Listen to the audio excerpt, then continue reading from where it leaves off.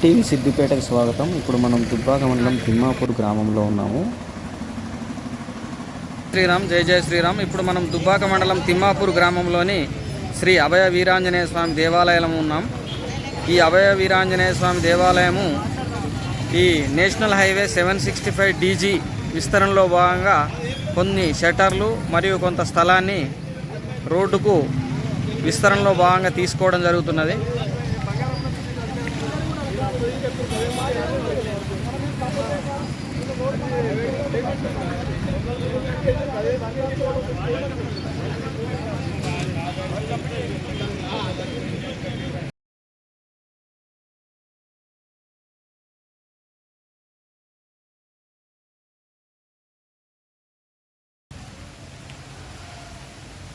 ఎన్నో శతాబ్దాల చరిత్ర కలిగిన శ్రీ ఆంజనేయ స్వామి దేవాలయం తిమ్మాపురం గ్రామంలో ఉంది.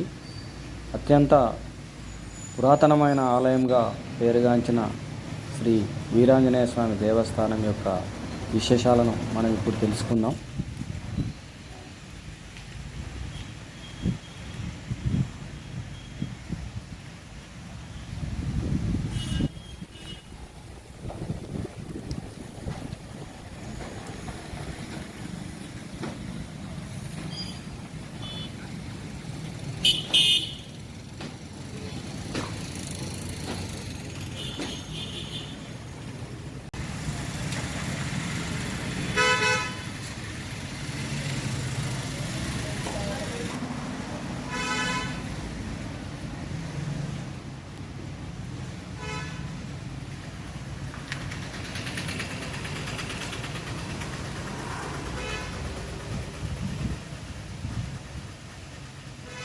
శతద్భవతా వేదద్రోడశత్.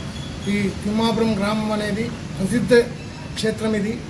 ఇది ఎంతో ఆపదల మొక్కులవాడు. ఎన్ని కోరికలున్నా ఎన్ని ఆపదలున్నా ఈ స్వామివారిని ఆపదలను తీరుస్తాడు. ఈ ఆంజనేయులు మంచి భక్తి గల ఆంజనేయులు కాబట్టి నేను చెప్తున్నాను. ఈ తిమ్మాపురం ఆంజనేయుల గుడిలో 25 సంవత్సరాల నుంచి నేను చేస్తున్నాను. మహా పవర్ఫుల్ దేవుడు. ఇటువంటి దేవుడు అనేది ఈ ఏరియాలో అనేది హనుమాన్ టెంపుల్ అనేది లేదు. సిద్దిపేట జిల్లా తిమ్మాపురం గ్రామము.